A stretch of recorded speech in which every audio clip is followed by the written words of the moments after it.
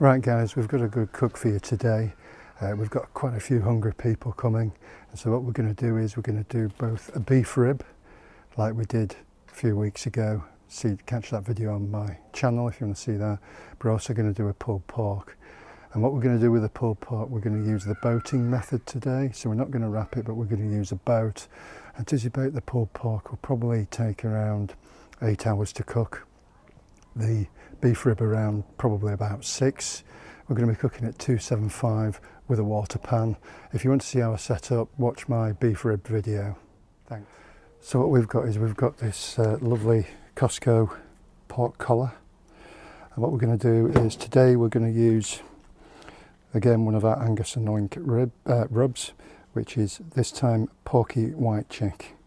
Now this one has sugar, salt, paprika, celery salt, black pepper, onion. It's got some shiitake mushrooms in it, some chilli. So I've had this before. This is really nice and go really nice with this pork shoulder. Got to get going. I guess we don't have long. This lovely pork collar from Costco. These are pretty good apparently. So here we are, this lovely pork collar. Comes already trimmed. Well, a guy in one of the groups said that he uses these for his weddings, catering business for pulled pork, so they're pretty good. As I say, Porky white chick. So let's put plenty of this on. Guess we're going for a really nice bark today. Last time I did this, I got a lovely bark. We're going for the same.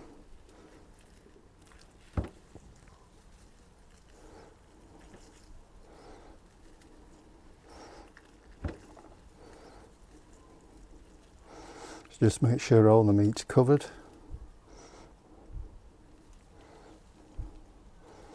On the sides.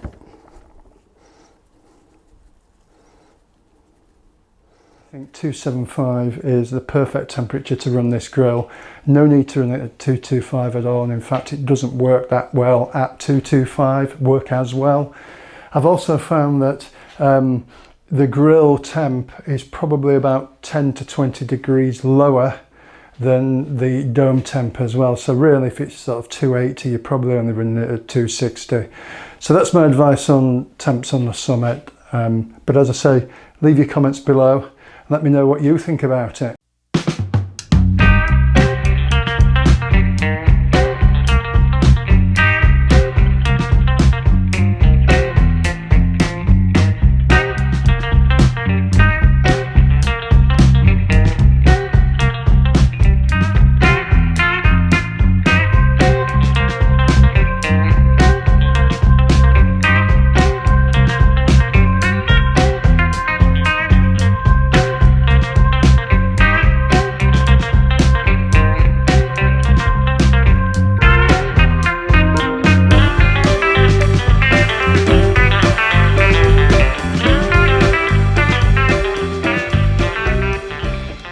Let's get this on and get the meter in, and we'll leave this on for about 2 hours, an hour and a half.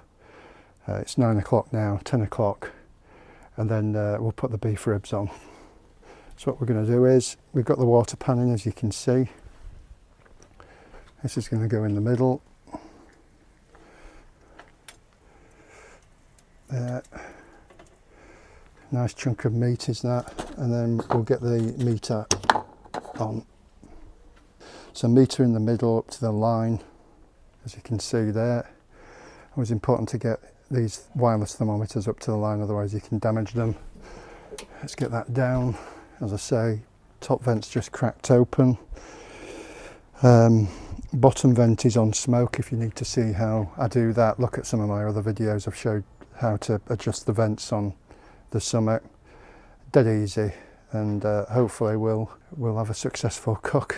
So I'm just going to leave it now for an hour and a half, then I'll come back. Right, and for these beef ribs that I did last time, if you want to see that, have a look at my video. We've got rubbed me Korean, you know it's got salt, which has got salt, paprika, black pepper, sesame seeds, onion, garlic, celery, soy sauce, ginger, beetroot and other things, anise, so that looks really good. So let's get this ready. Right, so it's now nearly 11 o'clock, so it's been on for, going on for 2 hours, probably an hour and 40 minutes actually. You can see the temperature is holding steady. I've done nothing with this. It's holding steady about 280, which is fine. And now we're going to get these lovely beef ribs on. Look at these. That rub is now absorbed into them. And also let's have a look at this, how this pork's doing. Oh, nice. Yep, it's coming on nicely, is that? As you can see. A lot of meat to cook there. The water pan's holding up. So let's get these beef ribs on.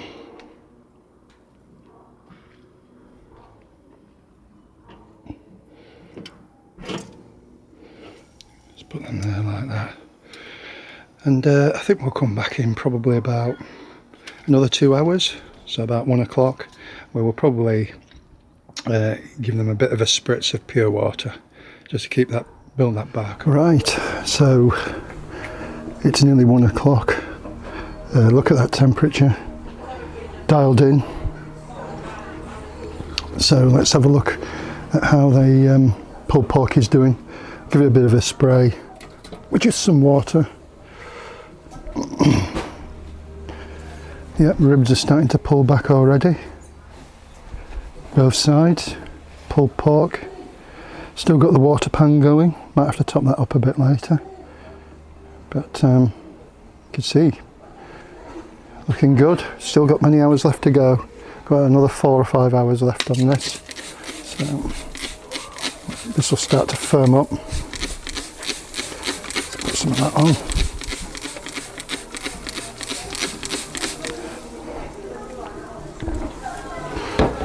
There we go. So we'll see it again in another couple of hours. Probably when it's about 160, 165, we're going to foil boat it, so we'll be back out to do that soon.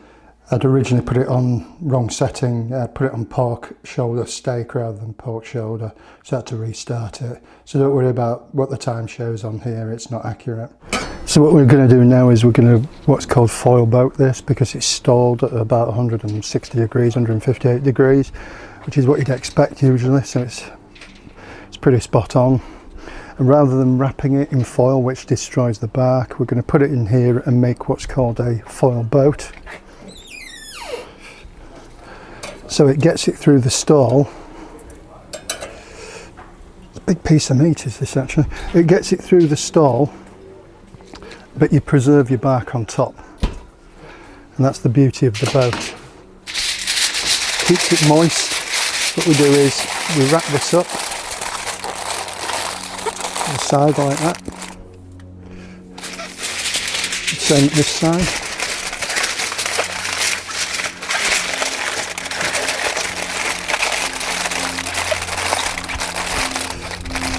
Nice and tight up to it. Be careful here with this thermometer, I'll put that just underneath like that.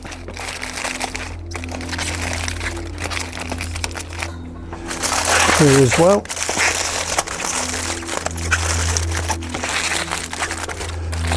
And it preserves the juice as well at this stage. Stops it drying out as much. Gets it through the stall, preserves the bark on top. Hopefully you can see that. Preserves the bark on top and brings it out of the stall. So let's get it back on for a good few hours now. So we quickly seem to have broken through the stall doing that boat. The temperature's gone up slightly, probably just a bit more caught, so I've turned it down a little bit. It's looking alright. Let's check those ribs. They've only been on since, they've only been on for about 2.5, 3 hours, so they won't be anywhere near done yet. But let's just see how things are doing with the thermometer. There we go.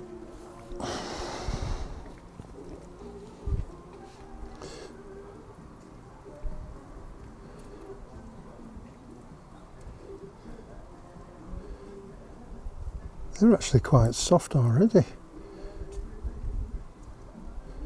I've got some way to go. You know, we're getting 185 on these ribs already, which is unbelievable really.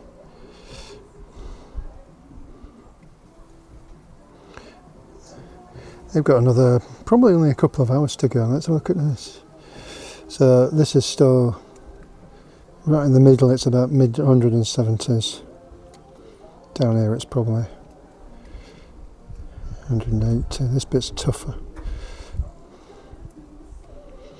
Yes, 170s. So these are going to be done first. You know, I put them on much later. But yeah, it's going well. Let's give it a little bit of a spritz again.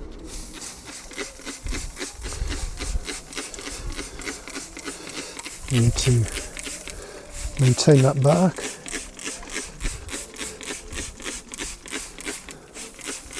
Don't have much bark yet on the pork, but it's got a long way to go. So hopefully we'll get there. Right, so these ribs are done. It'll be interesting to see what this ribs are like. It's got all these sesame seeds in it. Looks good. Seems really soft. So good grief, they did. It's 4 o'clock and what I put them on at 11, so they've done the 5 hours cooked to these things from Costco, UK Costco ribs.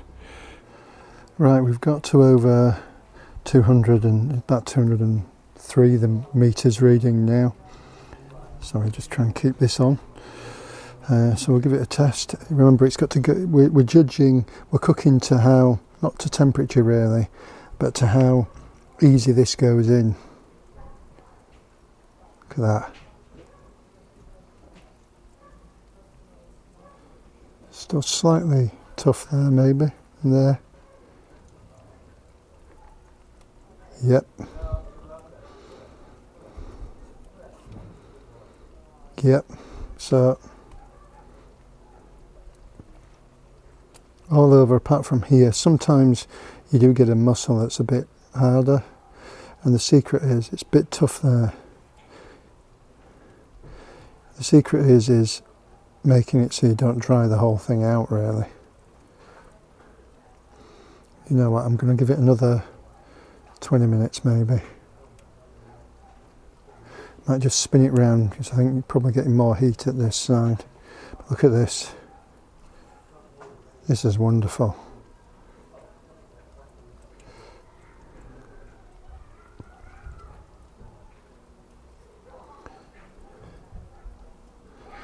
Actually, that's 208. I think that's just a tougher muscle. So I think I'm going to pull it off actually because I don't want to dry out this lovely goodness here. So what we'll do is we'll put it in here, and then it's going to go in the oven to rest anyway for quite some time, so it might probably continue to soften up a bit there. I think it's probably done. So let's get this out now.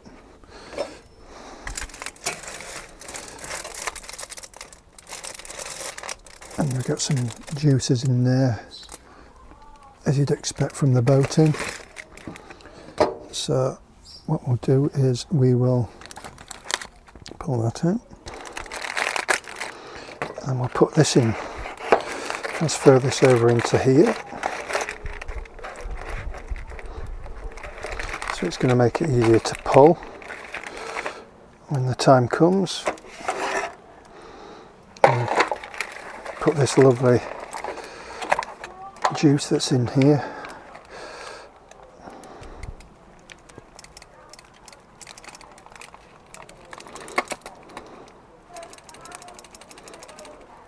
Put that over the top there.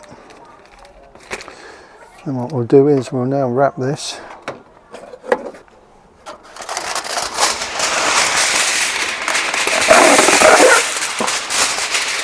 And we're going to let this rest for a good hour in the oven.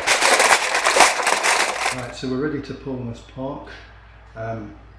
You've got I've got a nice Carolina vinegar sauce. This is really easy to make. Use apple cider vinegar, some sugar, tomato ketchup, some mustard, some chili flakes, a bit of salt and pepper. Really easy to make, and that goes really nice with pulled pork.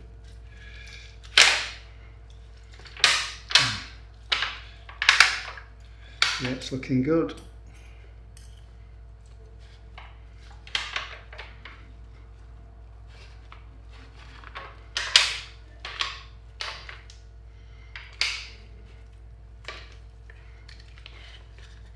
This bit looks a bit dry actually there, which was the tougher bit when I was cooking it. This is a lot better here.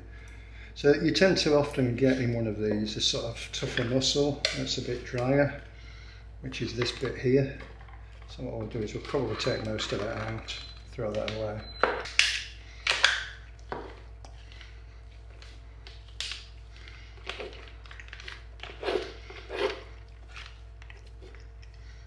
But we'll never eat all this anyway tonight. They're watching the football. My daughter's boyfriend is an Arsenal fan, unfortunately. But they have to live with these things. And what we'll do is put this sauce on, like so. Turn it this way so you can actually see. And this goes really nice with it. It's a really nice compliment for the pork. Mix this up.